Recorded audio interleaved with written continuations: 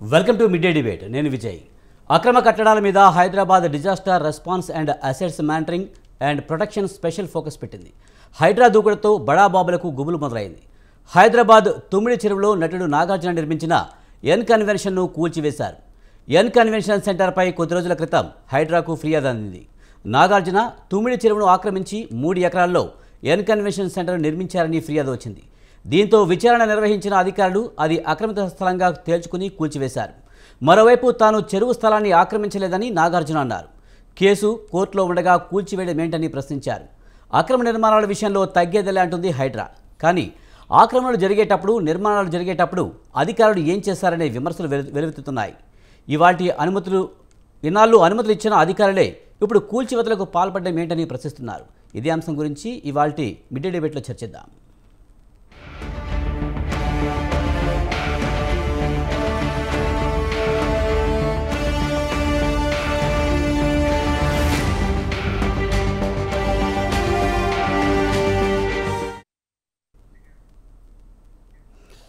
హైదరాబాద్లో అక్రమ కట్టడాలను కూల్చివేసేందుకు హైడ్రాను తీసుకొచ్చింది ప్రభుత్వం. ఇప్పటికే పలు అక్రమ కట్టడాలను కూల్చివేస్తోంది. ఈ నేపథ్యంలో అక్కినేని నాగార్జున ఎన్ కన్వెన్షన్ సెంటర్ను కూడా ఈరోజు కూల్చివేయడం జరిగింది. ఈ ఎన్ కన్వెన్షన్ ఎక్కడుంది, దీనికి సంబంధించి గూగుల్ మ్యాప్లో మనం వివరించే ప్రయత్నం చేద్దాం.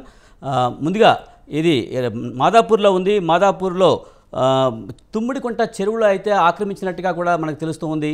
ఇక్కడ మనం మ్యాప్ చూసినట్టయితే ఇదంతా కూడా తుమ్మిడికుంట చెరువుగా కనిపిస్తుంది. దీని ఆనుకుని ఉన్నది ఇదిగో ఇక్కడ కనిపిస్తూ ఉన్నది ఎన్ కన్వెన్షన్ సెంటర్గా కనిపిస్తుంది. ఈ ఎన్ కన్వెన్షన్ సెంటర్ దాదాపుగా 3 ఎకరాల్లో ఇది కట్టారు అని చెప్పి ప్రభుత్వం అయితే ఆరోపిస్తున్న పరిస్థితి. దీని మీద ఎన్ కన్వెన్షన్ సెంటర్పై ఫిర్యాదు రావడంతో వెంటనే ప్రభుత్వం అయితే చర్యలు తీసుకున్న పరిస్థితి కనిపిస్తుంది. దాదాపుగా 3 ఎకరాల 30 గుంటల్లో 2 ఎకరాలు బఫర్ జోన్లో ఉంది. గతంలో కూల్చివేస్తారని కొన్ని వార్తలు వచ్చినప్పటికీ కూడా అప్పుడు కూల్చివేత్తలేదు. ఈ ఎన్ కన్వెన్షన్ ఇది ఇక్కడ కనిపిస్తూ ఉంది మనకి. ఇదంతా చెరువు ప్రాంతంగా కనిపిస్తుంది. దాదాపు చూస్తే కనుక ఇదంతా కూడా గతంలో చెరువు అయి ఉండొచ్చు. ఈ ప్రాంతం దాదాపుగా 3 ఎకరాల ప్రాంతం ఇదంతా. ఈ ప్రాంతంలో ఈ ఎన్ కన్వెన్షన్ సెంటర్ అయితే పెట్టడం జరిగింది. కేవలం ఈ ఎన్ కన్వెన్షన్ సెంటర్ యజమాని కేవలం నాగార్జున మాత్రమే కాదు, మరో భాగస్వామి కూడా ఉన్నట్టు తెలుస్తుంది. నల్లా ప్రీతం రెడ్డి అనే వ్యక్తి కూడా ఇందులో భాగస్వామిగా తెలుస్తుంది. దీని స్వరూపాన్ని మనం చూసినట్లయితే కనుక ఈ ఎన్ కన్వెన్షన్ సెంటర్ని పిల్లర్ లేకుండా హై సీలింగ్లో నిర్మించారు. 2000 నుంచి 3000 మంది కూర్చునేలా కూడా మెయిన్ హాల్ ఉంటుంది. దాదాపు 350 నుంచి 450 మంది కూర్చునేలా డైమండ్ హాల్ అయితే నిర్మించడం జరిగింది. అలాగే 500 నుంచి 750 సీట్ల సామర్థ్యంతో బనియన్ హాల్ కూడా నిర్మించారు. ఇది 2015 ఆగస్టు 20న ఈ ఎన్ కన్వెన్షన్ సెంటర్లో నుంచి అప్పటి నుంచి కూడా కార్యకలాపాలు నడుస్తున్న పరిస్థితి కనిపిస్తుంది. ఈ ఎన్ కన్వెన్షన్ సెంటర్ అయితే సోషల్ ఈవెంట్స్ కానీ, ప్రీ వెడ్డింగ్ కానీ, వెడ్డింగ్స్కు దీన్ని అద్దెకిస్తున్న పరిస్థితి కనిపిస్తుంది. మొత్తానికైతే ఎన్ కన్వెన్షన్ సెంటర్ మీద ఫిర్యాదు రావడంతో దీని మీద యాక్షన్ తీసుకుంది. ఈ ఎన్ కన్వెన్షన్ సెంటరే కాదు, చుట్టుపక్కల చూస్తే కూడా మరిన్ని అక్రమ నిర్మాణాలు కూడా ఉన్నట్టుగా కనిపిస్తుంది. ఈ మ్యాప్ చూసినట్టయితే ఈ ప్రాంతం అంతా కూడా ఇప్పుడున్న చెరువు కింద కనిపిస్తుంది. చూడండి, ఇక్కడ ఆల్మోస్ట్ ఇదంతా చెరువు అయి ఉండొచ్చు. ఇందులో ఈ ఒక ఎన్ కన్వెన్షన్ సెంటర్తో పాటు ఈ చుట్టుపక్కల కూడా ఇంకా మరికొన్ని భవనాలు కూడా ఉన్నట్టుగా కనిపిస్తుంది. మొత్తానికైతే ఈరోజు ఎన్ కన్వెన్షన్ సెంటర్ అయితే కూల్చివేసిన పరిస్థితి కనిపిస్తుంది. ఈ ఎన్ కన్వెన్షన్ కూల్చివేతపై కూడా నాగార్జున హైకోర్టుకు కూడా వెళ్ళినట్టుగా కూడా మనకి తెలుస్తుంది. ఈరోజు మధ్యాహ్నం హౌస్ మోషన్ పిటిషన్ కూడా వేశారు ఆయన. ఈ కోర్టు కేసులు ఉండగా కూడా కూల్చివేతలు అనైతికమంటూ కూడా ఆయన తీవ్ర ఆగ్రహం వ్యక్తం చేసిన పరిస్థితి కనిపిస్తుంది. చూడాలి మరి. మొత్తానికైతే హైదరాబాద్ నగరంలో చెరువులు, భూములు కబ్జా చేసిన వారికి ఈ హైడ్రా అనేది కొంత సింహ స్వప్నంలా మారిన పరిస్థితి కనిపిస్తుంది. హైదరాబాద్లో చాలా చోట్ల కూడా చెరువులు, భూములు కబ్జాలకు దారితీశాయి. ఏదో ఒక చోట రాజకీయ నేతల ప్రాబల్యంతోనో లేకపోతే అధికారులను మేనేజ్ చేసో చాలా చోట్ల కూడా దీనికి సంబంధించి కట్టడాలు అయితే జరుగుతున్న పరిస్థితి. మొత్తానికి అయితే చూస్తే కనుక మనకు కనిపిస్తున్న ఈ ఎన్ కన్వెన్షన్ సెంటర్ అయితే ఆల్మోస్ట్ కూల్చివేశారు, నేలమట్టమైన పరిస్థితి కనిపిస్తుంది. దీనికి సంబంధించి మనం మిడ్ డే డిబేట్లో చర్చించే ప్రయత్నం చేద్దాము. ఇప్పటివరకు మనతో ప్రొఫెసర్ దొంతి నరసింహారెడ్డి గారు మనతో ఉన్నారు. ఆయనతో మాట్లాడే ప్రయత్నం చేద్దాం. అలాగే మన కోటేశ్వరరావు గారు రాజకీయ విశ్లేషకులు కూడా జాయిన్ అయ్యారు. ఇద్దరితో మాట్లాడదాం. ముందుగా కోటేశ్వరరావు గారికి వెళ్దాం. కోటేశ్వరరావు గారు నమస్తే అండి. నమస్తే. సార్, హైదరాబాద్లో ఎన్ కన్వెన్షన్ సెంటర్ కూల్చివేశారు. హైడ్రా చాలా స్పీడ్ పెంచింది. ఎవరైనా ఎంతటి వాళ్ళైనా సరే మేము ఉపేక్షించేది లేదనే సంకేతాలు వెలువడుతున్నట్టుగా కనిపిస్తుంది. ఈరోజు ఎన్ కన్వెన్షన్ సెంటర్ అయితే కూల్చివేసిన పరిస్థితి ఎలా చూడాలి? ఇప్పుడు ఎన్ కన్వెన్షన్ సెంటర్ అయినా లేదా మరొక అక్రమ కట్టడం లేదా ఆక్రమణ కట్టడం ఏదైనా కానివ్వండి, నిబంధనలకు విరుద్ధంగా ఉన్నప్పుడు అలాంటి వాటి మీద చర్య తీసుకోవాలని అనేక మంది గతంలో కూడా ఫిర్యాదు చేశారు. కానీ ప్రభుత్వం అధికారంలో ఎవరు ఉన్నప్పటికీ వాటిని పెద్దగా పట్టించుకోలేదు. గతంలో ఉన్నటువంటి తెలుగుదేశం ప్రభుత్వం కావచ్చు, లేదా కాంగ్రెస్ కావచ్చు, లేదా గడిచినటువంటి 10 సంవత్సరాల్లో ఉన్నటువంటి బీఆర్ఎస్ పార్టీ కావచ్చు, వీటన్నిటిని కూడా పెడచెవిని పెట్టి అధికారంలో ఉన్నటువంటి వాళ్ళ పెద్దలు, ఆక్రమణదారులు కుమ్మక్కైన కారణంగానే మొత్తం హైదరాబాద్ చెరువులన్నీ కూడా ఆక్రమణకు గురవుతున్నాయి. చెరువులే కాదు, నాలాలు, నీరు, వర్షపు నీరు లేదా సాధారణ నీరు సాఫీగా పోవాల్సినటువంటి నాలాలు కూడా ఆక్రమణకు గురయ్యేటువంటిది బహిరంగ సత్యం. మన కళ్ళ ముందే చెరువులుగా ఉన్నటువంటి, ఉదాహరణకి అంబర్పేటలో ఉన్నటువంటి బతుకమ్మ చెరువు, అది మన కళ్ళ ముందే చెరువుగా ఉంది, నీళ్లు ఉన్నాయి, అక్కడ బతుకమ్మ ఆడేవాళ్ళు, అన్నీ ఆడేవాళ్ళు. కానీ కోర్టులు కూడా అది చెరువు కాదు అని చెప్పేసి తీర్పిచ్చిన కారణంగా అది మొత్తం ఆక్రమణకు గురై ఇవాళ్ళంతా అక్కడ భవనాలు వెలిశాయి. అదే విధంగా అనేక చెరువులు, రామపూర్ చెరువు కానీ దాంట్లో అనేకమైనటువంటివన్నీ కూడా మనకు తెలుసు. రెండోది, ఇప్పుడు ఈ అన్కన్వెన్షన్ సంబంధించి నాగార్జున గారు ఏం చెప్తున్నారు ఏమిటనేటువంటిది అది ఆయన కోర్టుకు చెప్పుకుంటారు. కోర్టు ఏం చేస్తారనేటువంటి అది వేరే అంశం. ఎక్కడ చెరువులు ఉన్నాయి, ఎక్కడ ఏమున్నాయి ఏమిటి అనేటువంటిది ఎప్పుడో 25-30 సంవత్సరాల నాడే గూగుల్ మ్యాప్లు తయారు చేశారు. మ్యాప్లు తయారు చేయటమే కాదు, లో లయింగ్ ఏరియాస్ అంటే వర్షం వస్తే నీరు నిలబడేటువంటి ప్రాంతాలు ఏవో కూడా గుర్తించారు. గుర్తించినప్పుడు అటువంటి చోట్ల గృహ నిర్మాణాలకి అనుమతి ఇవ్వకూడదు అనేటువంటిది అందరికీ తెలిసిందే. అందువల్ల ఎట్లా సాధ్యమైంది ఇది అనేటువంటి దాన్ని చూసుకున్నప్పుడు, ఇప్పుడు నాగార్జున గారు తనకు అన్యాయం జరిగిందనుకుంటే, ఒకవేళ కోర్టులో కేసు ఉందనుకుంటే, ఇది ఇవాళకి రాత్రికి రాత్రి తీసుకున్నటువంటి నిర్ణయం కాదు. గత కొద్ది రోజులుగా హైడ్రా ఏర్పడినప్పటి నుంచి కేటీఆర్ ఫామ్ హౌస్, కేటీఆర్ది అని చెప్పబడుతున్నటువంటి ఫామ్ హౌస్ లేదా ఇటువంటివన్నీ కూడా కూల్చేస్తారనేటువంటి వార్తలు వస్తున్నాయి. మరి గత 4 రోజులుగా కూడా అవన్నీ కూడా బాగా ఎక్కువైనాయి. అటువంటిప్పుడు కోర్టులో స్టే కోసం కానీ లేదా ఇంకో దానికోసం నాగార్జున గారు ఎందుకు వెళ్ళలేదు అనేటువంటి ప్రశ్న సామాన్యుడికి అర్థం కావాల్సి ఉంటుంది. ఒకవేళ అది అక్రమ కట్టడము, ఆక్రమణ అని ఉంటే కోర్టులు కూడా జోక్యం చేస్తున్నటువంటి పరిస్థితులు బహుశా లేకపోయి ఉంటాయి. అందుకనే ఆయన నిస్సహాయంగా ఉండిపోయి ఉంటారనేటువంటిది నాకు అర్థమవుతా ఉంది. ఒక లీగల్ గా ఏదన్నా ఉండేట్లయితే ఇప్పుడు కోర్టులను ఆయన తేల్చుకుంటారు, ప్రభుత్వం తేల్చుకుంటుంది. ఆ కట్టడాన్ని అయితే కూల్చేశారు. కోటేశ్వర గారు, ముఖ్యంగా చూస్తే కూడా ఈ అన్కన్వెన్షన్ 2015లోనే ప్రారంభమై ఇప్పటి వరకు రన్ అవుతున్న పరిస్థితి కనిపిస్తుంది. కానీ అప్పటి నుంచి కూడా చర్యలు తీసుకోకపోవడాన్ని ఎలా చూడాలి? అంటే రాజకీయంగా మేనేజ్ చేస్తున్నారని అనుకోవాలా? డెఫినెట్ గా అందులో అనుమానం ఏముంది? అధికారంలో ఉన్నటువంటి వాళ్ళకి, దాన్ని ఆక్రమించిన వాళ్ళకి లేదా అక్రమ కట్టం కట్టినటువంటి వాళ్ళకి ఉన్నటువంటి బంధం ఏమిటనేటువంటిది మనకు తెలియాలి. మనకి తెలియక్కర్లేదు. అక్రమ కట్టడం అని తెలిస్తే దాన్ని కూల్చేయాలి. వాళ్ళకి ఉన్నటువంటి సంబంధాలు, లావాదేవీలు అన్ని ప్రైవేట్ వ్యవహారం అనుకుందాం కాసేపు. మనకు కావాల్సింది అది కాదు కదా. నిబంధనల ప్రకారం ఉన్నారా లేరా, నిబంధనల ప్రకారం కట్టడాన్ని కట్టినటువంటి వాళ్ళని, వాళ్ళతో పాటు దానికి అనుమతి ఇచ్చినటువంటి వాళ్ళు, ఆ కట్టడం లేదా ఆక్రమణ జరుగుతూ ఉంటే గుడ్లప్పగించి చూస్తున్నటువంటి అధికార యంత్రాంగం, వీళ్ళందరి మీద కూడా కేసులు నమోదు చేయాలి. ఆ జరిగినటువంటి ఆ పర్యావరణానికి లేదా ఆ చెరువుకి జరిగినటువంటి నష్టాన్ని మళ్ళా ఆ చెరువుని పునరుద్ధరించాలంటే ఖర్చుని వీళ్ళందరి దగ్గర నుంచి వసూలు చేయాలి. ప్రభుత్వ బాధ్యత అది. ఆనాడు ఉన్నటువంటి అధికారులు ఎవరైతే ఉన్నారో, ఆ ప్రాంతాన్ని పర్యవేక్షించాల్సినటువంటి అధికారులు కానీ, రాజకీయ నాయకులు కానీ, అక్రమానికి పాల్పడినటువంటి వాళ్ళందరి దగ్గర నుంచి కూడా వాటిని పునరుద్ధరించాలంటే నష్టపరిహారం కూడా వసూలు చేయాలి, కూల్చివేత కాదు. అటువంటి కఠినమైనటువంటి చర్యలు తీసుకుంటేనే రాబోయేటువంటి రోజుల్లో మిగిలి ఉన్నటువంటి చెరువులు కానీ, మిగిలి ఉన్నటువంటి పచ్చదనం కానీ హైదరాబాద్ లో అంతం కాకుండా ఉంటుంది. అనేటువంటిది నేను ఈ సందర్భంగా చెప్తాను. కానీ రేవంత్ రెడ్డి ఎంత దూకుడుగా ఎందుకు వెళ్తున్నారు? గతంలో కూడా హైడ్రా ఏర్పాటైన కాడి నుంచి చూస్తే మనకి 3 అంతస్తులు 4 అంతస్తులు 6 అంతస్తులు భవనాలను కూడా నిర్దాక్షిణ్యంగా కూల్చివేస్తున్న పరిస్థితి. ఇంత దూకుడుగా వెళ్ళడానికి కారణం ఏమై ఉండొచ్చు? దూకుడుగా ఇప్పుడు మనం ఒక జర్నలిస్ట్ గా గతంలో మన అయ్యప్ప సొసైటీలో ప్రారంభించినటువంటి కట్టడాలని మధ్యలో ఆపేశారు. మధ్యలో ఆపేస్తే మనలాంటి వాళ్ళు అందరూ ఏం విమర్శించాము, ఎందుకు ఆపేశారు అనేటువంటి దానికి సమాధానం చెప్పినటువంటి వాడు లేడు. దాని తర్వాత చర్చ కూడా లేదు. అందుకని ఇప్పుడు ఒక నిర్ణయం తీసుకొని కొన్ని ప్రత్యేకమైనటువంటి అధికారాలు ఇచ్చి, గతంలో కూడా కూల్చివేతలకి ఉన్నటువంటి సంస్థలు ఉన్నాయి, లేకపోలేదు. చెరువుల పరిరక్షణ సంస్థలు కానివ్వండి, లేదా అక్రమ కట్టడాల కూల్చివేత కానీ అన్ని ఉన్నాయి. సీరియస్ గా తీసుకోలేదు. ఇప్పుడు సీరియస్ గా తీసుకున్నారు. ఏ కారణంతో అన్నా తీసుకొనివ్వండి, ఏ కారణంతో అన్నా తీసుకొనివ్వండి. అది న్యాయమా కాదా? ఆ కూల్చివేతలు చేయాలా లేదా? ఎందుకు అంటే సుప్రీంకోర్టు ఆదేశాలతోటి ఢిల్లీలో బహుళ అంతస్తుల భవనాలు, 100 కోట్ల విలువైనటువంటి భవనాలని నిర్దాక్షిణ్యంగా కూల్చివేశారు. అదేవిధంగా క్వశ్చన్లో అక్రమంగా నిర్వహించినటువంటి విల్లాలతో కూడినటువంటి కట్టడాన్ని సుప్రీంకోర్టు ఆదేశాల మేరకు నిర్దాక్షిణ్యంగా కూల్చివేశారు. ఎందుకని హైదరాబాద్ లో అటువంటి కూల్చివేతలు చేయకూడదు?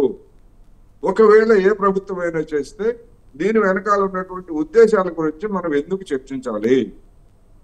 ఒకవేళ అక్రమం అయితే అది అక్రమం అని చెప్పేసి యజమానులు ఎవరైతే ఉంటారో కోర్టుకు వెళ్తారు, వాళ్ళకి రక్షణ కల్పిస్తుంది. అక్రమంగా కూల్చమని మనం ఎవరూ చెప్పలేదు కదా. అక్రమ కట్టడాలని కూల్చేయమంటున్నాము, లేకపోయేట్లయితే ఆక్రమణలను తొలగించమంటున్నాను తప్ప సక్రమంగా ఉన్నటువంటి వాళ్ళని కూల్చివేయమని ఏ నాగరికుడు ఎవ్వరు కూడా చెప్పరు.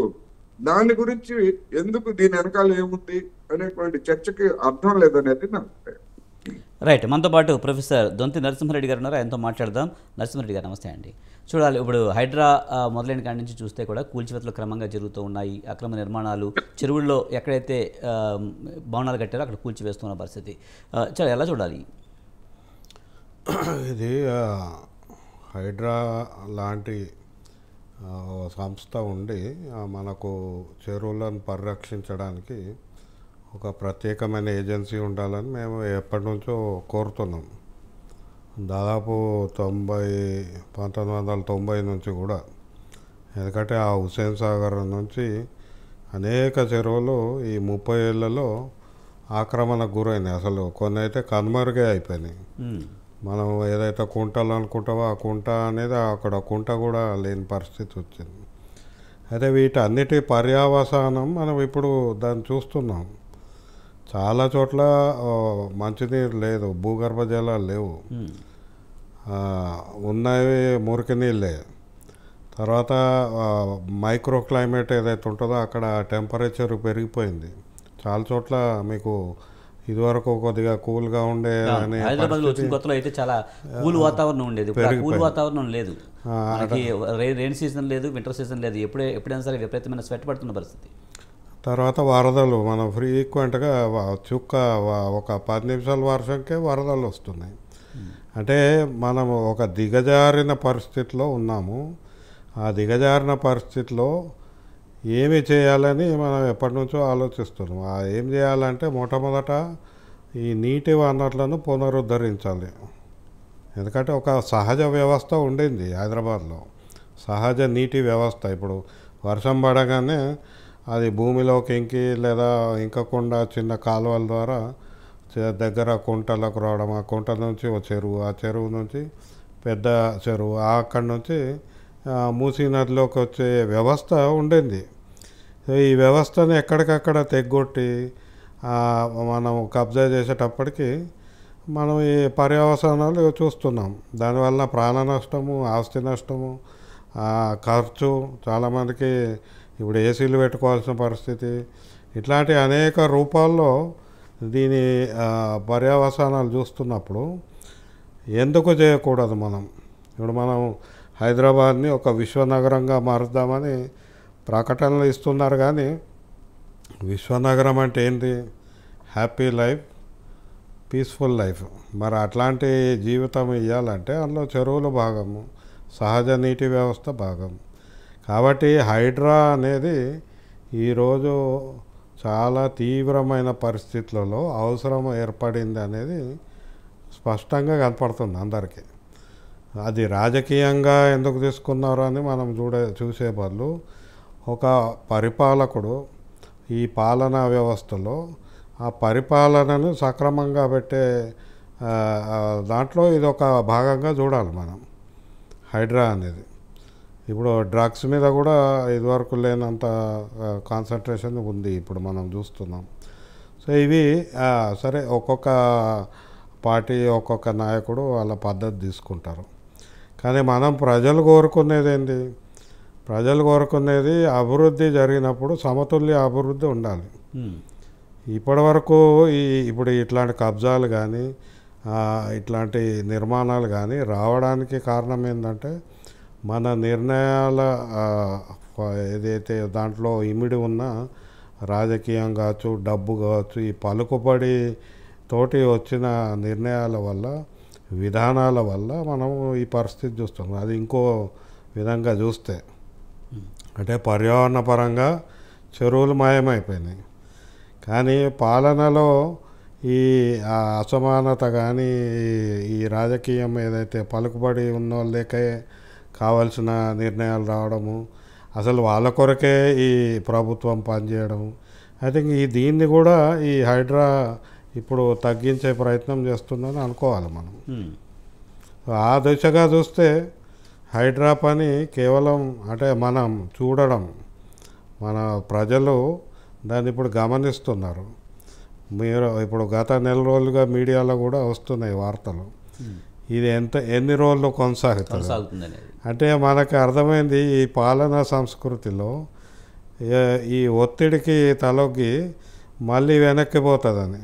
ఇప్పుడు అయ్యప్ప సొసైటీ విషయంలో మనం చూసినాం. అసలంటూ మొదలుపెట్టాం మనం, కొన్ని మొదలుపెట్టిన తర్వాత వాటిని కొంతవరకు చేసి తర్వాత ఆపేస్తే మనం మీద మంచి ఇదే ఉంటుంది తప్పించి చెడు అనేది ఉండదు, మంచి పేరు. కాబట్టి అదొకటి. అందుకే ఇప్పుడు ఈరోజు కన్వెన్షన్ మీద చేయడము వల్ల హైడ్రా మీద ప్రజలకు ఇంకా విశ్వాసం పెరుగుతుంది.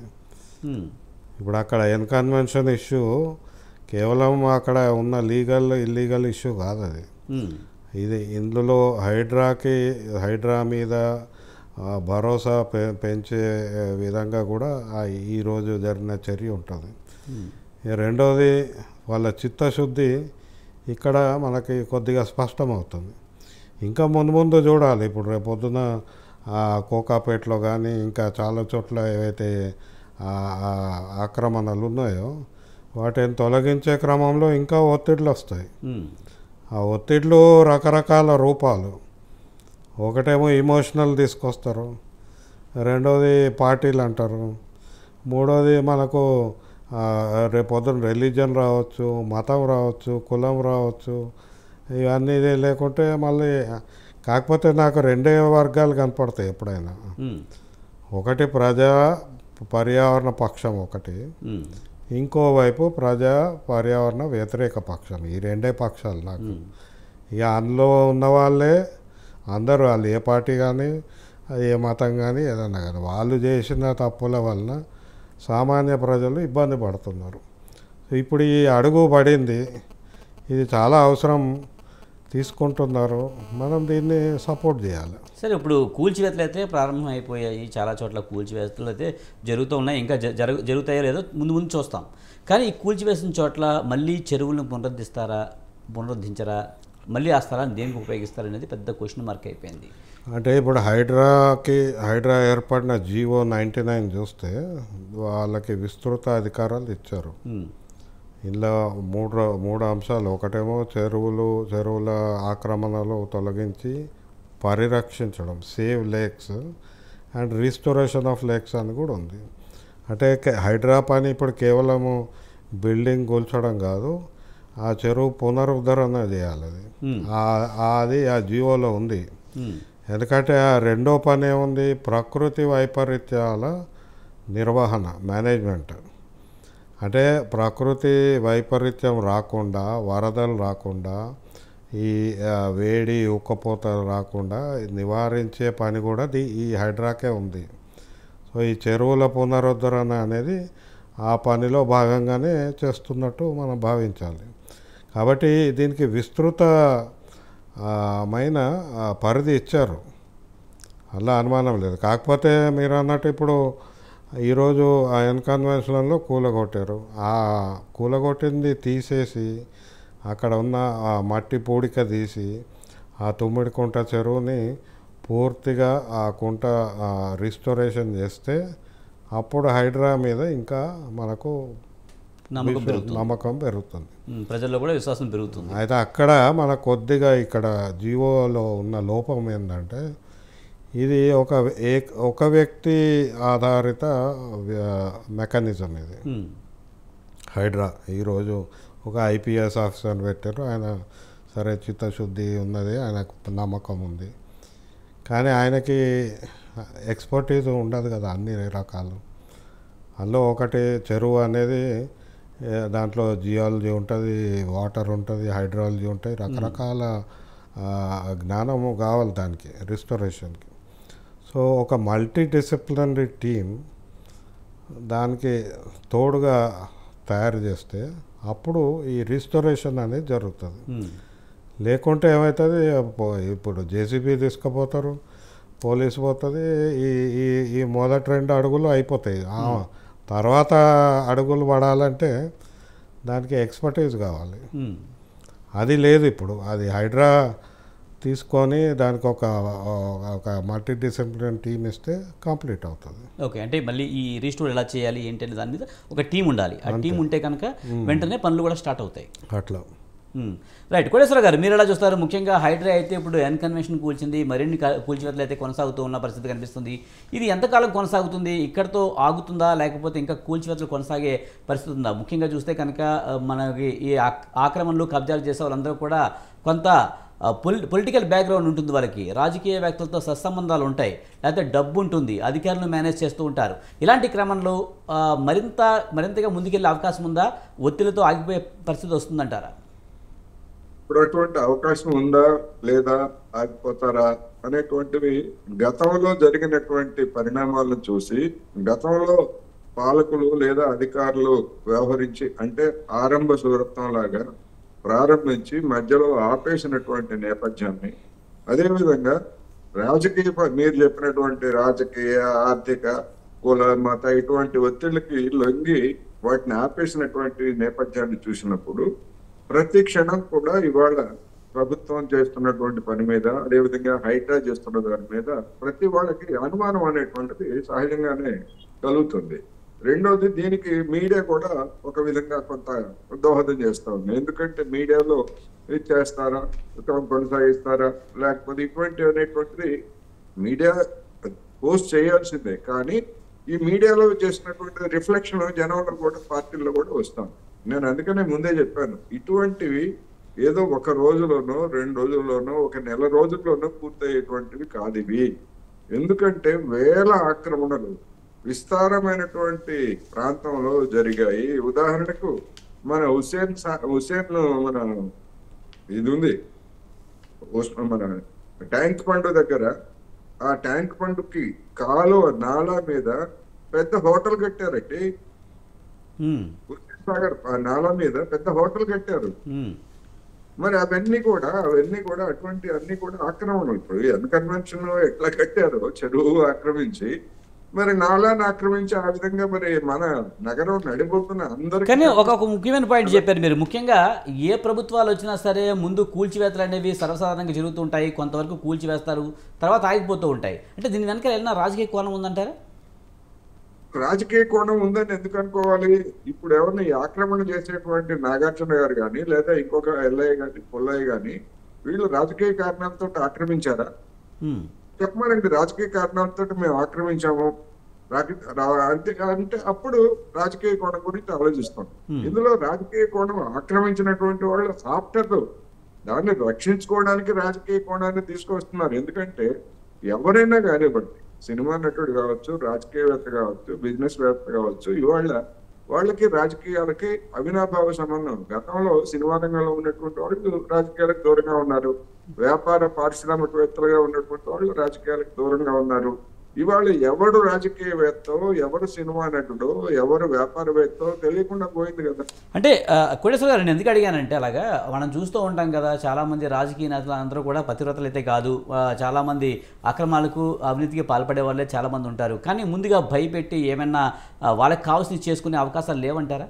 అది ఎందుకంటే ఏ ప్రభుత్వం వచ్చినా సరే ఇలాంటివే చేసి ఆపేస్తుంది కనుక. ఇప్పుడు ఎవరిని భయపెడతారు? రేవంత్ రెడ్డి సర్కార్ని కూల్చివేస్తామని చెప్తారా? ఎమ్మెల్యేలందరినీ కొనేస్తామని చెప్తారా? మంత్రులు అంటే వాళ్ళు కాదు నేను చెప్పింది, వేరే ఎవరైతే కూల్చివేతలకు ఇబ్బంది పడ్డారో వాళ్ళకని కాదు. ముఖ్యంగా ఈ ప్రభుత్వాలు తీసుకునేటప్పుడు రాజకీయ నాయకులు ఏమన్నా కొంత ప్రలోభ పెట్టడానికి, భయపెట్టడానికి ఏమైనా చేస్తున్నారనుకోవచ్చా? చేస్తారండి. ఆ విధంగా చేయబట్టే కదా, ఆ విధంగా గతంలో ఆ విధంగా ప్రలోభ పెట్టబట్టి, బెదిరించబట్టి, ఇంకోటి చేయబట్టి, లేదా అధికారంలో ఉన్నటువంటి వాళ్ళకి భారీ మొత్తాల్లో ముడుపులు చెల్లించబట్టే కదా గతంలో ప్రారంభించినటువంటి మధ్యలో ఆగిపోయింది. ఇప్పుడు కూడా నేను చెప్తున్నా, ఇప్పుడు కూడా ఇది మధ్యలో కనుక ఆగిపోయేట్లయితే డెఫినెట్ గా ఆ కోణం ఉంటది. అందులో ఎలాంటి సందేహం లేదు. అధికారంలో ఎవరున్నారనే దాంతో మనకి నిమిత్తం లేదు. ఇప్పుడు నరసింహారెడ్డి గారు చెప్పినా, ఎవరు చెప్పినా, నరసింహారెడ్డి గారు చెప్తున్నారు ఎప్పటి నుంచి, 90s నుంచి, అంటే చెరువుల ఆక్రమణ ఎప్పుడైతే ప్రారంభమైన దగ్గర నుంచి అది ఎవరో ఒకళ్ళు దాన్ని లేవనెత్తుతూనే ఉన్నారు. కానీ ఎవరినైనా వినిపించుకున్నారా? ఈ రాజకీయ నాయకులుగా ఉన్నవాళ్ళు కానీ, ప్రజాప్రతినిధులుగా ఉన్నటువంటి వాళ్ళు కానీ ఎవరు వినిపించుకోలేదు. అసలు వాళ్లే కదా మొత్తం అంతా కూడా. ఇప్పుడు కొన్ని పేర్లు కూడా వచ్చాయి కదా, ఎమ్మెల్యేలుగా ఉన్నటువంటి వాళ్ళు, వీళ్ళందరూ కూడా ఆక్రమణ ఇప్పుడు కూల్చివేసినటువంటి వాళ్ళలో ఎమ్మెల్యేలకు చెందినటువంటి వాళ్ళ కట్టడాలు లేదా వాళ్ళు నిర్మించినటువంటి కూడా ఉన్నాయనేటువంటి వచ్చింది కదా. అందుకని ఇవన్నీ వస్తాయి. వచ్చినా కానీ వస్తే వాటికి కనుక లొంగిపోయేట్లయితే, ఇప్పుడైతే ఎవరైతే జనం ఇప్పుడు హర్షధ్వానాలు వ్యక్తం కానీ కోటేశ్వర గారు, మనం చూస్తూ ఉంటాం చాలా సందర్భాల్లో ఎక్కువగా కబ్జాలకు పాల్పడే వాళ్ళే రాజకీయ నాయకులు అనే ఒక వాదన ఉంది. అందులో వాస్తవం లేదంటారా? ముఖ్యంగా ఇప్పుడు ఈ హైడ్రా ఏర్పడిన తర్వాత సొంత పార్టీ వాళ్ళే కొంతమంది హైడ్రాని వ్యతిరేకిస్తున్న పరిస్థితి అయితే కనిపిస్తుంది. ముఖ్యంగా దానం నాగేంద్ర అయితే బయటకు వచ్చి బాహాటంగా చెప్తున్నారు, ఈ హైడ్రాని రద్దు చేయాలని చెప్తున్నారు. డెఫినెట్ గా అందుకే చెప్తాను. నేను ఇందాక పేరు చెప్పలేదు, దానం నాగేంద్ర పేరు చెప్పలేదు, మీరు చెప్పారు. ఒక దానం నాగేంద్ర విస్తృతంగా ప్రచారం జరుగుతుందండి, మనం మాట్లాడుకోవచ్చు, ఇందులో రహస్యం ఏం లేదు, బహిరంగ రహస్యం. అందుకనే అదేం తప్పేం కాదు, తప్పని నేను అంటలేదు. ఎందుకంటే మనం బాధ్యతాయుతంగా ఉన్నాం కనుక కొన్ని పేర్లు లేదా కొన్ని చట్టబద్ధమైనటువంటి వాటికి కట్టుబడి ఉన్నాం కనుక మనం చెప్పకపోవచ్చు. కానీ అందరికీ తెలిసినటువంటి సత్యమే అది. అందుకని నేను అదే, ఇప్పుడు రాజకీయవేత్తలకి, వ్యాపారులకి అవినాభావ సంబంధం ఏమిటి అంటే, అక్రమాలకు పాల్పడినటువంటి వాడు దాన్ని సక్రమం చేసుకోవాలంటే రాజకీయాల్లోకి రావాలి, ఎమ్మెల్యేనో ఎంపీ పదవో ఏదో ఒకటి దక్కించుకుంటే ఆ ప్రభావంతో చేయొచ్చు. అదే కదా పన్నులు చేయించుకోవటం అనేటువంటి, సామాన్యులు పన్నులు చేయించుకోవాలి అనే మాట ఏమిటి? అక్రమాలు సక్రమంగా చేయించుకోవడమే పన్నులు చేయించుకోవడం. అక్రమంగా ఉద్యోగం వేయించుకోవడం కావచ్చు, అక్రమంగా సీటు తెచ్చుకోవడం కావచ్చు, అక్రమాన్ని సక్రమం చేసుకోవడం కావచ్చు, ఏదైనా కావచ్చు. మరి అటువంటి వాళ్ళు ప్రజాప్రతినిధులుగా ఉన్నారు. కోటేశ్వరరావు గారు లేని వాళ్ళు ఎవరు చెప్పమనండి? ఎంతమంది ఉన్నారు ఇవాళ? ఏ పార్టీ అయినా, ప్రతిపక్షం అయినా అధికార పక్షం అయినా, వాణిజ్య పారిశ్రామిక సంబంధాలు లేని వాళ్ళు, బిజినెస్ లేని వాళ్ళు ఎవరో చెప్పమనండి. బిజినెస్ అన్న తర్వాత అక్రమం, దాని వెనకాల వచ్చేటువంటి అక్రమమే. అక్రమం లేకుండా మొత్తం మొత్తం పన్నులు కట్టేటువంటి పెద్ద మనుషులు ఎవ్వరూ లేరు భారతదేశంలో, తెలంగాణలో కానీ 2 తెలుగు రాష్ట్రాలు. అందువల్ల ఇదంతా కూడా ఒక నెక్సెస్. ఈ నెక్సెస్ అనేటువంటిది ఎక్కడొక్కడ బద్దలు కావాలి. ఒకవేళ బద్దలు కాకపోయేట్లయితే భవిష్యత్తులో ఇది మితిమీరితే కోర్టులు జోక్యం చేసుకొని ఆ కోర్టులు తీర్పు ఇచ్చి వాటి ద్వారా కూల్పించాలి. అందుకే నేను చెప్పాను, ఢిల్లీలో జరిగినటువంటి పెద్ద కట్టడాలు, అదేవిధంగా కొచ్చిన్లో జరిగినటువంటి పెద్ద కట్టడాలు, అటువంటి వాటన్నిటిని సుప్రీంకోర్టు ఆదేశాలతో కూల్చారు. రేపు హైదరాబాద్ లో కూడా ఈ పర్యావరణానికి ముప్పు ఇవన్నీ ఏర్పడితే నరసింహారెడ్డి గారు లాంటి వాళ్ళు, లేకపోతే మీరు లాంటి వాళ్ళు, నాలాంటి వాళ్ళు కోర్టులకు ఎక్కితే అప్పుడైనా కూల్చివేయక తప్పదు. అటువంటి దాన్ని మనం స్వాగతించాలి. మధ్యలో ఆపేస్తే మాత్రం నిర్దాక్షిణ్యంగా అటువంటి చర్యలని ఎండగట్టాలి. ఇదే నేను చెప్పదలుచు. రైట్. మనతో పాటు ముత్యాల పద్మనాభరెడ్డి గారు, ఫోరం ఫర్ గుడ్ గవర్నెన్స్ అధ్యక్షులు మనతో ఉన్నారు, ఆయనతో మాట్లాడదాం. పద్మనాభరెడ్డి గారు నమస్తే అండి. నమస్తే. సార్ హైదరాబాద్లో హైడ్రా స్పీడ్ పెంచింది, అక్రమ నిర్మాణాలు చెరువుల్లో నిర్మించిన అక్రమ నిర్మాణాలను కూల్చివేస్తున్న పరిస్థితి కనిపిస్తుంది. ఇప్పుడు ఎన్ కన్వెన్షన్ సెంటర్ను కూడా కూల్చివేశారు. రాబోయే రోజుల్లో ఇంకా కూల్చివేతలు కొనసాగుతాయని చెప్తున్నారు. హైడ్రా చెరువుల పరిరక్షణకి ఏర్పడిందని అనుకోవచ్చా? అంటే ఇప్పుడు హైడ్రా కూల్చడము ఇదంతా చాలా మాట్లాడినాము గత 3 దినాల నుంచి. ఒక స్వచ్ఛంద సేవా సంస్థగా ప్రజల దిక్కు నుంచి నాకు 3 ఇష్యూస్ మాట్లాడాలని ఉంది. నంబర్ 1 ఏంటంటే ఈ యొక్క ఫేక్ డాక్యుమెంట్స్ తీసుకొని రిజిస్టర్ చేసి హెచ్ఎండిఏ పర్మిషన్, మున్సిపల్ పర్మిషన్ తీసుకొని ఫ్లాట్స్ కట్టినారు. అంటే ఒక వ్యక్తి ఊర్లోకి వెళ్ళి వచ్చి రూపాయి కూడబెట్టుకున్న డబ్బుతో సింగిల్ బెడ్రూమో డబుల్ బెడ్రూమో కొనుక్కున్నప్పుడు ఆయన చూసినాడు ఆ పేపర్స్ అన్ని సరిగానే ఉన్నాయి, బ్యాంక్ లోన్ అప్లై చేసినాడు, బ్యాంక్ వాళ్ళు కూడా టెక్నికల్గా లీగల్గా క్లియర్ చేసినారు. ఇట్లా 20 సంవత్సరాలు అయిన తర్వాత ఇప్పుడు వచ్చి హైడ్రా వాళ్ళు ఇది ఎఫ్టీఎల్లో ఉందో బఫర్ జోన్లో ఉంది కూలబెడతామంటున్నారు. అంటే అది నిజంగా ఎఫ్టీఎల్లో బఫర్ జోన్లో ఉంటే కూలబెట్టండి, అభ్యంతరం లేదు. కానీ ఈ కట్టిన వ్యక్తి ఎవరైతే ఈ యొక్క ఫ్లాట్స్ కట్టినారో ఆయన ఆస్తులు జప్తు చేసి ఈ యొక్క సఫరర్స్కి ఇవ్వాలి అన్నది మా యొక్క ఫస్ట్ డిమాండ్. సెకండ్ డిమాండ్, అది కాని పక్షంలో కనీసం ఈ కూలబెట్టిన వాళ్ళకు ఎక్కడైనా గవర్నమెంట్ ఆల్టర్నేట్ ల్యాండ్ చూపించాలా.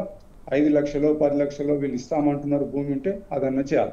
ఎక్కడ అమాయకులు ఏమీ తెలియకుండా ఆ పేపర్లను చూసి కొనుక్కున్నవాళ్ళు. అంటే జనరల్గా లాలో ఏం చెప్తుందంటే ignorance of law is not a excuse అన్నారు. ఓకే, ఇగ్నోరెన్స్ కాదు, అక్కడ ప్రభుత్వ యంత్రాంగం ఫెయిల్ అయింది. ఇక్కడ ఎట్లా ఫెయిల్ అయిందంటే రిజిస్ట్రేషన్ చేసేసినారు, రిజిస్ట్రేషన్ ఫీజు కట్టించుకున్నారు, రిజిస్ట్రేషన్ అయిపోయింది. తర్వాత హెచ్ఎండిఏ వాళ్ళు చక్కగా లేఅవుట్ శాంక్షన్ చేసినారు, మున్సిపాలిటీ వాళ్ళు బిల్డింగ్ పర్మిషన్ ఇచ్చినారు, ఎలక్ట్రిసిటీ వాళ్ళు కనెక్షన్ ఇచ్చినారు, వాటర్ బోర్డు వాళ్ళు కలెక్షన్ ఇచ్చినారు. ఈ యొక్క ఇంతమంది ప్రభుత్వ యంత్రాంగం ఫెయిల్ అయ్యి ఒక బిల్డర్కు సపోర్ట్ చేసి ఒక అమాయకుడిది ఇల్లు కూలబెట్టడం అంటే కొంచెం ఇబ్బందిగా ఉంది. ఎఫ్టీఎల్లో ఉంటే కూలబెట్టడం మేము సపోర్ట్ చేయడం లేదు, కానీ అది జరగని తప్పు, అంటే వాళ్ళు చేయని తప్పుకు ఈ పేదవాళ్ళని శిక్షించద్దు అన్నది ఒకటి. రెండోది ఏంటంటే ఈ యొక్క ఇన్ని తప్పులు కలెక్టివ్ మిస్టేక్ ఏదైతే జరిగిందో ప్రభుత్వ యంత్రాంగంతో దీని మీద ఒక కమిషన్ వేయాలా. ఎక్కడెక్కడైతే తప్పుడు రికార్డులతోని పర్మిషన్లు ఇచ్చినారో ఈ అధికారులు కావచ్చు, సిబ్బంది కావచ్చు, అందరి మీద కూడా శిక్ష పడాలి. అప్పుడే మళ్ళీ ఇటువంటి కాకుండా ఉంటాయి. లేనట్టయితే ఎఫ్టీఎల్ లోపల ఉన్నది అది ఎవరికి తెలియదు, ఎందుకంటే అక్కడ ఎఫ్టీఎల్ అని గీత గీసి బోర్డులే పెట్టలేదు. ప్రజలు కొన్నారు, వాళ్ళు ఇప్పుడు సఫర్ అయితే 20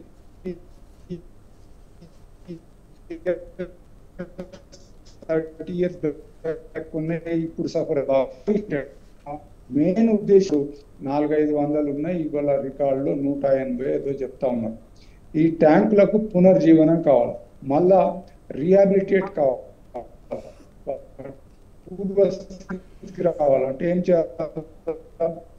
ఇప్పుడు బిల్డింగ్ కన్స్ట్రక్షన్ మెటీరియల్ అంతా అదే ట్యాంక్ లో పడి ఉంటుంది, దాన్ని ఇమీడియట్ గా అదంతా తీయాలా. అలాగే అక్కడ ఏదైతే రైట్. పద్మనాభ రెడ్డి గారు, మీ వీడియో సరిగ్గా రావడం లేదు, మీ వాయిస్ కూడా కట్ అవుతుందండి. మిమ్మల్ని మీ దగ్గరికి మళ్ళీ వస్తాను. రైట్, నరసింహారెడ్డి గారు ఎలా చూడాలి? ముఖ్యంగా ఇది కేవలం కూల్చివేతలు చేస్తున్నారు, కానీ ఇది ప్రభుత్వ ఫెయిల్యూరు, అధికారుల ఫెయిల్యూరు.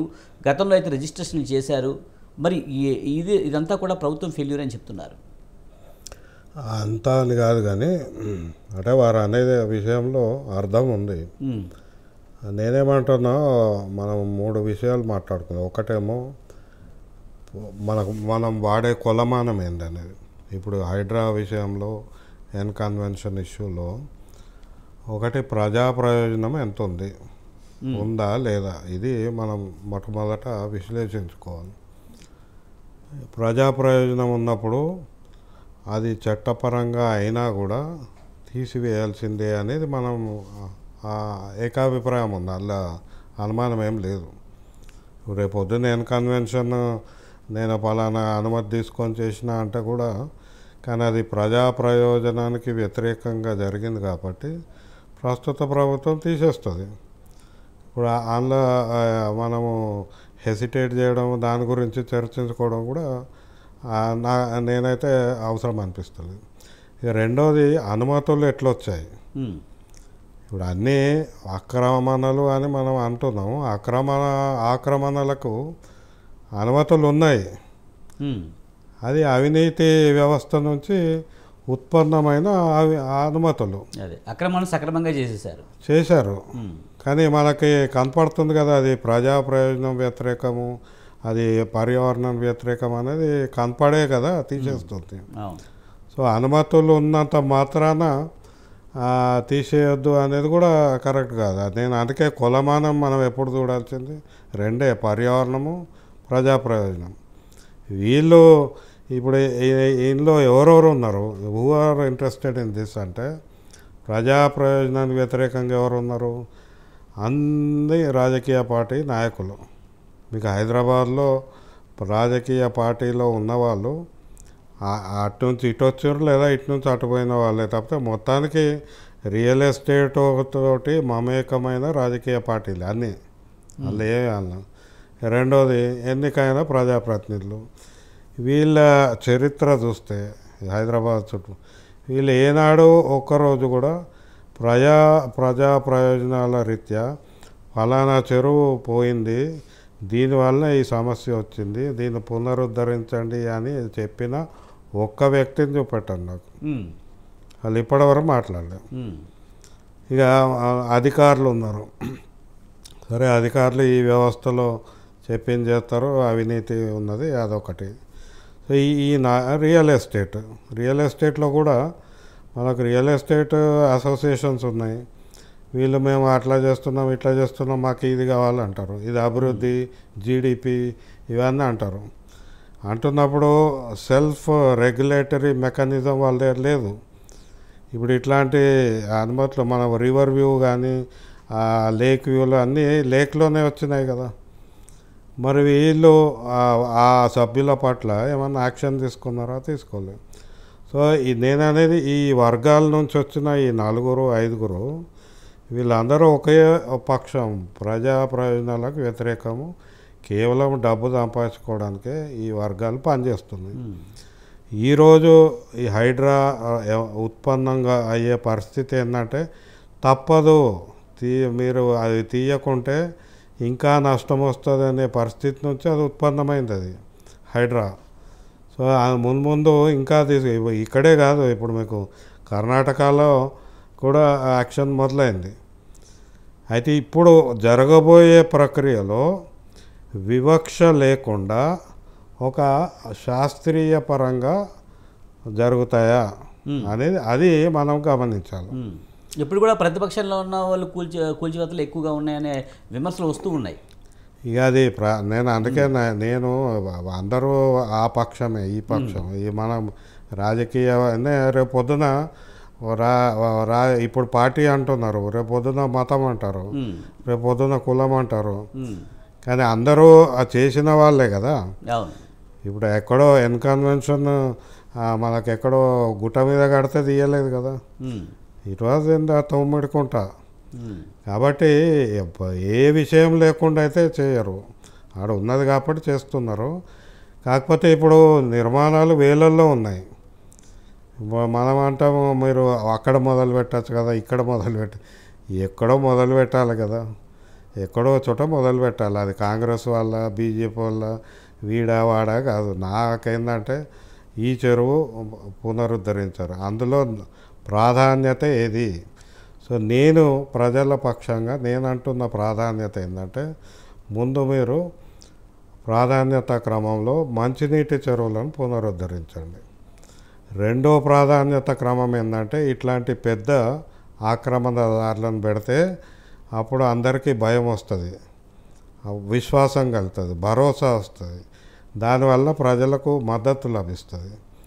ఇక మూడోది, ప్రాధాన్యతలో మీరు ఈ అందరు అడిగేది అనుమతులు ఇచ్చి, అంటే ఆక్రమణలకు ఆస్కారం ఇచ్చిన వ్యవస్థను బయటపెట్టండి.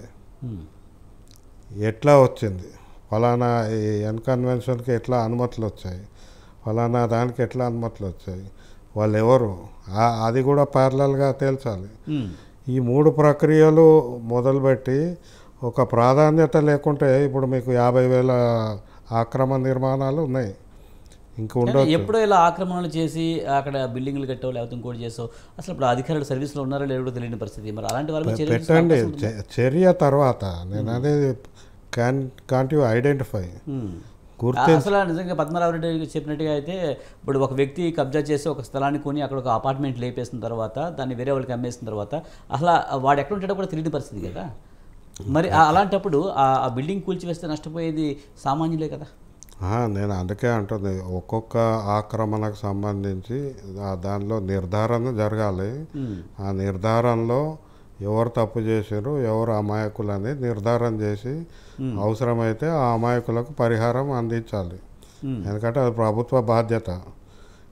ఈ ప్రభుత్వం అంటే కంటిన్యూస్ ప్రభుత్వం, ఈ పార్టీ ఆ పార్టీ అని కాదు. దానికి ఆ పెద్ద భారం ఏమి ఉండదు గవర్నమెంట్ మీద. ఎందుకంటే మీకు మనం ఏమి ఇప్పుడు అటు ఇటు చేస్తే మన ఎక్కడికి వస్తుంది, డబ్బు గురించి వస్తుంది. పెట్టుబడి పోయింది కదా, ఖర్చు పోయింది కదా, అది ఉంటే ఏమైంది, కట్టేశారు కదా, ఇప్పుడేంది అనే మాటలు మాట్లాడతారు. అంటే దీన్ని risk and environmental and economic benefit analysis చూస్తే మీకు అది తీసేసి రేపు పొద్దున్న రిస్టోర్ చేస్తే మీకు ఎన్ని ఏసీలు తగ్గుతాయి, ఎంత మనము ట్యాంకర్ వాటర్లు తగ్గించుకుంటాము, ఈ లెక్కలు రావు కదా. So economic benefits of restoring lakes చాలా ఉన్నాయి, కానీ మనం ఆ లెక్కల్లోకి పోము. ఆ లెక్కలు తీరిస్తే ప్రభుత్వం చేసేది కరెక్టే అని ఈవెన్ కోర్టు కూడా నమ్మే పరిస్థితి వస్తుంది. ఎందుకంటే కోర్టు కూడా రేపు పొద్దున్న చాలామంది కోర్టుకు పోతారు, నాకు ఆ రోజు మీరే ఇచ్చారు, వాళ్ళే ఇచ్చారు కదా అంటారు. వాళ్ళు ఇచ్చి ఉండొచ్చు, కానీ ప్రభుత్వం అనేది అదొక వ్యవస్థ, అందులో ఇట్లాంటివి కూడా వస్తాయి అనుమతులు. సో నేననేది దీన్ని కరెక్షన్ మెకానిజం అనుకుంటే, ఆ కరెక్షన్ మెకానిజంలో ఇచ్చారు కాబట్టి మనం ఊరికే కూర్చోవడం అనేది it's not at all possible. దాని కంటిన్యూటీ ఉండదు. చెరువులను బాగుపరుస్తా మన బాగు కొరకు, ఏదో చెరువులు అంటే ఏదో వ్యూ కొరకు అందం కొరకు కాదు కదా, ఒక మంచి జీవితం కొరకు మనం దాన్ని రిస్టోర్ చేస్తాం, పర్యావరణం రక్షించాలి ఖచ్చితంగా. రైట్. పద్మనాభరెడ్డి గారు, మనం చూస్తూ ఉంటాం ఒక చెరువులు కుంటలే కాదు, చాలా చోట్ల మనం సిటీలో నాలాల మీద ఇల్లులు కట్టేసిన పరిస్థితులు చాలా ఉన్నాయి. మరి వాటి మీద ఎలాంటి చర్యలు తీసుకోవాలి? ఎందుకంటే వాళ్ళు ఎప్పటి నుంచో అక్కడ ఉన్నారు, సామాన్యులు కూడా. మరి అటువంటి వాటి మీద కూడా ఈ హైడ్రా చర్యలు తీసుకునే పరిస్థితి ఉంటుందంటారా, లేకపోతే వీళ్ళందరూ ఓటర్లు కనుక వీళ్ళ జోలికి వెళ్ళకపోవడమే మంచిది అనుకుంటారా? అంటే నేను ఇప్పుడు అనేది చెరువుల్లో కబ్జా చేస్తే ఎక్స్క్యూజ్ చేయమని కాదు. చెరువులను కబ్జా చేసినప్పుడు నిర్దాక్షిణ్యంగా దాన్ని కబ్జా తీసేయాల్సిందే. కాకపోతే అమాయకులు దాంట్లో ఈ బలి కావద్దన్నది నేను కోరుకుంటున్నాను. రెండోది ఏంటంటే ప్రభుత్వ భూములు, ఇప్పుడు హైడ్రా యొక్క వర్క్ ఏంటంటే ప్రభుత్వ ఆస్తులను కాపాడుకోవాలి, జరగడం లేదు. దానికోసమే అది చెరువులే కావచ్చు, పార్కులే కావచ్చు, రోడ్సే కావచ్చు, ప్రభుత్వ భూములే కావచ్చు. కాబట్టి ఇవన్నిటిని ప్రొటెక్ట్ చేయాల్సిన అవసరం ఉంది. దీనికోసమని ప్రజల అమాయకులు బలి కాకుండా చూసుకున్నట్టయితే బాగుంటుంది. ఇప్పుడు హైడ్రా స్టార్ట్ అయ్యి హార్డ్లీ 1 month అయింది. ఈ 1 month తీసుకొని మనము పొలిటికల్ గా ఈ పార్టీ ఆ పార్టీ అని అంటే కాదు. వాళ్ళు రాజకీయ నాయకులు అన్నా కానీ మనము ఈ డిబేట్ లోపల ఆ పార్టీల విషయం తేకుండా ఎక్కడైతే అవసరం ఉన్నదో అక్కడ తీసేయాల్సిందే. ఒకవేళ హైడ్రా ఒక 2-3 months పని చేసిన తర్వాత ఒకే పార్టీ వాళ్ళు హెల్ప్ చేస్తున్నారు అనుకుంటే అప్పుడు మనము చర్య తీసుకోవచ్చు. అప్పుడు కోర్టులు కూడా ఉంటాయి, దీని మీద చర్యలు ఉంటున్నాయి. సో అనుకోవడం ఇప్పటికి కూడా వాళ్ళు సర్వే చేసినారు. ఒక 59 చెరువుల లోపల 20% to 50%, 60% కబ్జా అయిందన్నారు. ఆల్రెడీ లిస్ట్ ఇచ్చినారు వాళ్ళు ఏమేమి చేయదలుచుకున్నారు. సో దాని మీద వాళ్ళ ఒక యాక్షన్ ప్లాన్ ప్రకారంగా ముందుకెళ్తారు. ఇక్కడ ఆ యొక్క చెరువులు 59 చెరువులలో కబ్జా చేసింది ఎక్స్ పార్టీయా, వై పార్టీయా, జెడ్ పార్టీయా అని ఆ పార్టీల వాళ్ళు చెప్పుకొని, కానీ మనం మాత్రము ఎక్కడైతే తప్పు జరిగిందో అక్కడ దాన్ని సరిదిద్దాల్సిన అవసరం ఉన్నది. ఈ విషయం లోపల ఇంకా డిస్కషన్స్, మనము పార్టీల రంగు పులమడానికి ఇది లేదు. ఇంకొక విషయం ఏంటంటే ఇంతకు మొదలు ఒక 3 days బ్యాక్ హైకోర్టు వెళ్ళినప్పుడు హైకోర్టు కూడా చెప్పింది నేను దీంట్లో జోక్యం చేసుకోను, స్టే ఇవ్వమని చెప్తూ ఏది మన గండిపేట దాంట్లో ఏదైతే హైడ్రా ఒక పద్ధతి ప్రకారంగా నోటీసులు ఇచ్చి చేసి చేయాలన్నది, అది ఇవాళ పొద్దున జరిగిన సంఘటనకు ఇప్పుడే న్యూస్ ఏంటంటే హైకోర్టు స్టే ఇచ్చిందని, వేసి చూడాలా ఏమవుతుందన్నది. దీని మీద రాజకీయ కక్షతోని చేసినట్టయితే అది తప్పు, ఎవరు దాన్ని సమర్థించరు. లేదు హైదరాబాద్ నగరంలో ఈ చెరువులు ఉండాలి మనకు అంటే కొత్తగా కట్టాల్సిన పని లేదు, ఆ నైజాం పీరియడ్ లో ఉన్న వీటిని రక్షించుకుందాం, గ్రౌండ్ వాటర్ ను పెంపొందించుకుందాం, పర్యావరణాన్ని కాపాడుకుందాం అంటే మాత్రం తప్పకుండా ఈ యొక్క ఆక్యుపేషన్స్ అన్ని కూడా. కానీ పద్మనాభరెడ్డి గారు ఇప్పటికే నాగార్జున ఇప్పుడే హైకోర్టుకి వెళ్ళడం, అక్కడ హౌస్ మోషన్ పిటిషన్ వేయడం, తర్వాత కోర్టు కూడా ఇప్పుడు కూల్చివేతలు ఆపాలని చెప్పడాన్ని ఎలా చూడాలి మరి? అవును, అదే కోర్టు నుంచి వచ్చింది, స్టే వచ్చింది, కానీ గంట లోపలనే చేసినారు. 6 గంటలకు స్టార్ట్ చేసినారు, 7 గంటల లోపల పని అయిపోయింది. ఇప్పుడు స్టే అంటూ ఏదైనా వాళ్ళు ఇంకా పని చేస్తుంటే స్టే దాన్ని ఆపమని అర్థం, కానీ అయిపోయింది, ఫ్యాక్ట్ కంప్లీట్ అయిపోయింది. సో మరి కోర్టు తర్వాత గవర్నమెంట్ ఏం రిపోర్ట్ ఇస్తుంది, మీరు నోటీస్ ఇవ్వలేదని ఆయన అంటున్నాడు. ఆ ఇష్యూస్ ఇక అది కోర్టు పరిధిలో ఉంది కాబట్టి మనం ఎవరిని సపోర్ట్ చేయడానికి I don't feel like supporting either one party or other party. మరి అలాగే మరి మనం చూస్తూ ఉంటాం జనావాసాలు మరి చాలా మటుకి నాలాల మీదే కట్టిన పరిస్థితులు ఉన్నాయి. మరి అటువంటి వాటి మీద కూడా హైడ్రా చర్యలు తీసుకునే అవకాశం కనిపిస్తుంది అంటారా? మరి అలా వాళ్ళు ఏమన్నా వాటర్స్ అని వాళ్ళకి ఏమన్నా ఎగ్జామ్షన్ కల్పించే అవకాశం ఉందంటారా? నాలాల మీద చాలా మంది సామాన్య ప్రజలందరూ కూడా ఇల్లు కట్టుకుని ఉన్న పరిస్థితి కనిపిస్తుంది. మరి వాటిని కూడా హైడ్రా తొలగించే అవకాశం కనిపిస్తుంది అంటారా? అంతే కదా, ఇప్పుడు నాలా సరిగ్గా దాని పూర్వం విడుతున్నట్టయితే అది పక్క ఇనాండేట్ చేయదు, నాలా నుంచి నీళ్ళు వెళ్ళిపోతాయి. ఇప్పుడు అశోక్ నగర్ నాలా ఉంది, కొన్ని మొత్తం అది ఒకప్పుడు 200 ఫీట్ల విడుతున్నది, ఇప్పుడు అంతా 50 ఫీట్లకు కూడా రాలేదు, మొత్తం ఆక్యుపై అయిపోయినాయి. కానీ ఎన్నిసార్లు ప్రయత్నం చేసినా అక్కడి నుంచి ఎవరైతే ఆక్యుపై చేసినారో ఎంక్రోచర్స్ వాళ్ళని తీయలేకపోతున్నారు. డెమోక్రటిక్ కంట్రీ వెంటనే ఒక కార్పొరేటర్ వస్తాడు, ఎమ్మెల్యే వస్తారు, 100 మంది వస్తారు. కాబట్టి దీనికి ఏంటంటే సొల్యూషన్, ఈ నాలాలు కానీ మూసీ నదిని కబ్జా చేసిన వాళ్ళంతా పూర్ పీపుల్, తెలుసో తెలియక అక్కడ ఇల్లు కట్టుకున్నారు. అప్పుడే కట్టకుండా ఆపేయకుండా ఈ యొక్క ప్రభుత్వ యంత్రాంగం వాళ్ళకు పర్మిషన్ ఇచ్చింది, పవర్ కనెక్షన్ ఇచ్చింది, వాటర్ కనెక్షన్ ఇచ్చింది. ఇది ప్రభుత్వ యంత్రాంగం యొక్క లోపం. ఇప్పుడు మూసీ క్లియరెన్స్ కోసం మనం చూస్తున్నాం, పెద్ద ఎత్తున డబ్బులు ఖర్చు పెడుతున్నారు.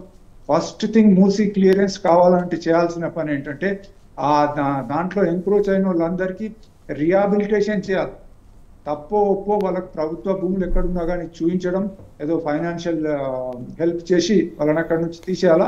లేనట్టయితే జబర్దస్తి పోలీస్ ఫోర్స్ పోయి అక్కడ తీయాలనుకుంటే లా అండ్ ఆర్డర్ ప్రాబ్లం అవుతుంది. ఇది పేదవాళ్ళకు అన్యాయం చేసినట్టు అవుతుంది. కాబట్టి మూసీ వాటిని టచ్ చేసే అవకాశం ఉండదంటారా? ఆల్మోస్ట్ ఇప్పుడు మీరు చెప్తున్నట్టు అటువంటి వాళ్ళని టచ్ చేసే అవకాశం లేదంటారా? సామాన్య ప్రజలు పేదవారని చెప్తున్నారు కదా. అదే అటువంటి పరిస్థితులలో పేదవాళ్ళకి అన్యాయం జరగకుండా, సమాజానికి అన్యాయం జరగదు, పర్యావరణానికి అన్యాయం జరగదు, అట్లాగే పేదవాళ్ళకు కూడా అన్యాయం జరగకుండా చూడాల్సిన బాధ్యత ఉంది ప్రభుత్వం.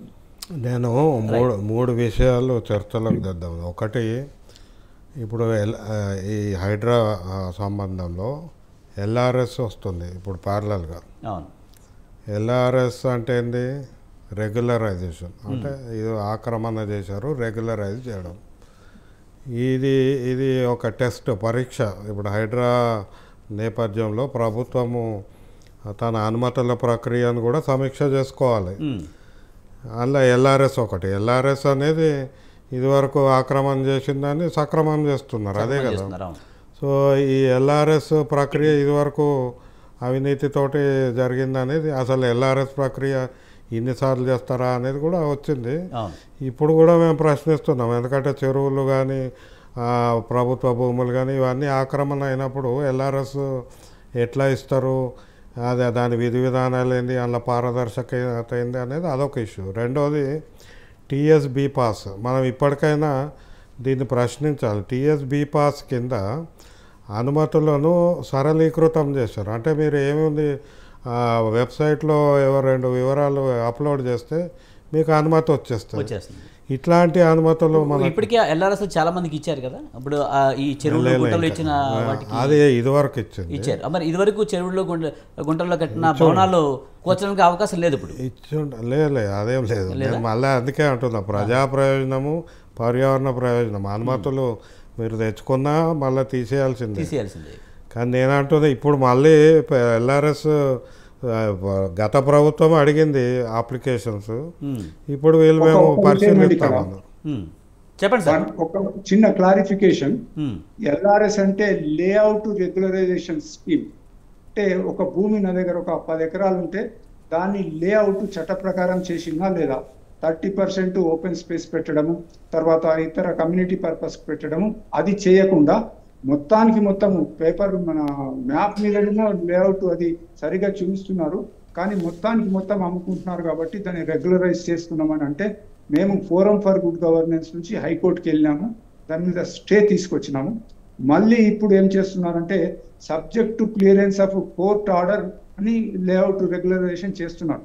ఎల్ఆర్ఎస్ కును ఈ యొక్క ట్యాంక్ కబ్జాలు ఎఫ్టీఎల్కు సంబంధం లేదు. ఎల్ఆర్ఎస్ అన్నది 99% ప్రైవేట్ ల్యాండ్, అది ప్రభుత్వ భూమి కాదు, ఎంక్రోచ్ చేసింది కాదు. ఎక్కడనో 1-2 కేసులు ఉంటే ఉండొచ్చు, బట్ ఓవరాల్గా ఆ రూల్స్ ప్రకారంగా హెచ్ఎండిఏ రూల్స్ ప్రకారంగా 30-40% అక్కడ ఓపెన్ స్పేస్ ఇచ్చిపెట్టినారా లేదా అన్న దాని మీదే చర్చ.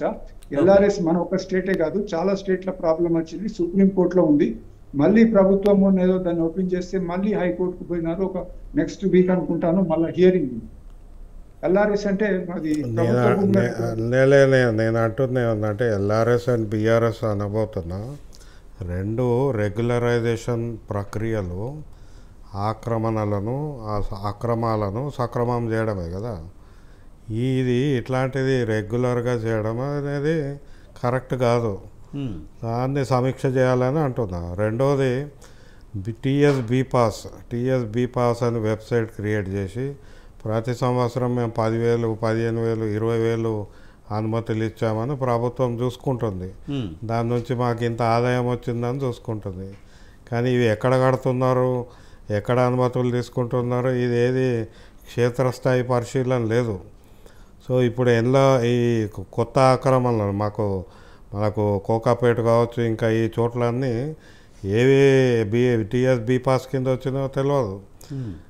అంటే నేను అంటున్నా, ప్రభుత్వం కూడా ఆక్రమణదారులకు అనుకూలమైన వ్యవహారం చేసింది ఇదివరకు, ఇప్పుడు కూడా అది ప్యారలల్గా నడుస్తుంది.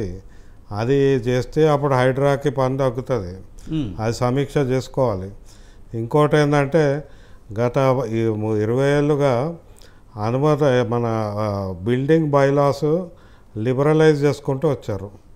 ఇప్పుడు వారందరూ లేఅవుట్లో 30% మనకు కామన్ పనుల కొరకు వదిలిపెట్టాలి.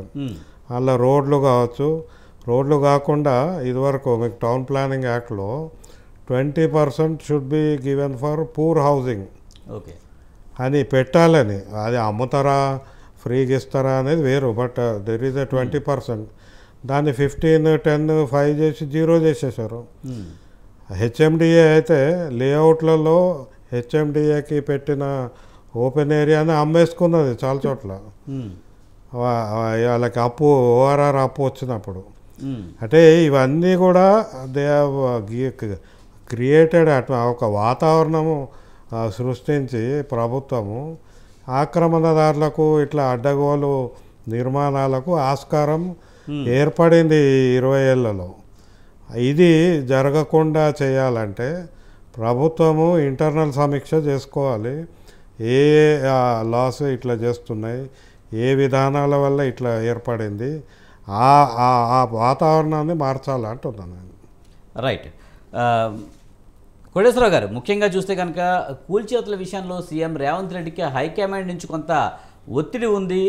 ఆయన్ని హుటాహుటిన ఢిల్లీ పిలిపించి మాట్లాడినట్టు కూడా సమాచారం ఉంది. మరి రాబోయే రోజుల్లో ఇది కొనసాగే అవకాశం ఉందంటారా? ఇదివరకు UPA 2లో ఒక కేంద్ర మంత్రిగా పనిచేసిన ఒకరి భవనాలను కూల్చివేశారు. దీనిపై హైకమాండ్ రేవంత్ రెడ్డికి చివాట్లు పెట్టిందనే వార్తలు కూడా వస్తున్నాయి. ఎలా చూడాలి? ఇప్పుడు ఒకవేళ ఆ విధంగా హైకమాండ్ కనుక జోక్యం చేసుకుంటే మొత్తం ఎంటైర్ కాంగ్రెస్ బదనాం అవుతుంది. ఇక్కడ రేవంత్ రెడ్డి గారు కాదు, కాంగ్రెస్ పార్టీ గబ్బు పడుతుంది. అందుకని ఎవరైనా కానీ ఇక్కడ పద్మనాభరెడ్డి గారు చెప్పినట్టు ఇక్కడ కొన్ని అంశాలు ఉన్నాయి, సామాజిక పరమైన అంశాలు. ఇప్పుడు నాలాలు ఆక్రమించుకున్నా లేదా ప్రభుత్వ భూములు ఆక్రమించుకున్నా పేదవాళ్ళు ఎవరు అమాయకంగా కొనుక్కున్న వాళ్ళు ఎవరో మనకు తెలుస్తుంది. తెలివితేటలు, అతి తెలివితేటలు ప్రదర్శించి కొనుక్కున్నటువంటి వాడు ధనికులు ఎవరో మనకు తెలుస్తుంది. అందుకని రూల్స్ లాగా సిద్ధాంతం లాగా కాకుండా పేదవాళ్ళగా ఉన్నటువంటి వాళ్ళకి ప్రత్యామ్నాయమైనటువంటి స్థలాలు ఇవ్వాలి. అదేవిధంగా ఇల్లు కట్టుకోవడానికి అవసరమైనటువంటి లోన్లు కూడా ఇవ్వాలి. ఇప్పుడు నేను ఇందాక క్వశ్చన్ ఉదాహరణ చెప్పాను. మరాతు అనే ప్రాంతంలో పర్యావరణానికి విరుద్ధంగా కట్టినందుకు గాను మొత్తం లగ్జరీ విల్లాస్ కూల్చిపరేశారు దాన్ని. అందులో ఉన్నటువంటి వాళ్ళకి 25 లక్షల రూపాయలు నష్టపరిహారం చెల్లించమని సుప్రీంకోర్టు చెప్పింది. ఇప్పుడు పద్మనాభరెడ్డి గారు చెప్పేది కూడా అలాంటిదే. అందుకని ఆ విధంగా బాధితులుగా ఉన్నటువంటి వాళ్ళకి కొంత పరిహారం ఇవ్వడంలో తప్పులేదు. ఎవరైతే ఉన్నారో ఇప్పుడు అటువంటి అక్రమాలకు పాల్పడినటువంటి కంపెనీలు, పర్మనెంట్ కంపెనీలు ఉంటాయి, ఆ కంపెనీల దగ్గర నుంచి వసూలు చేసి ఇవ్వాలి.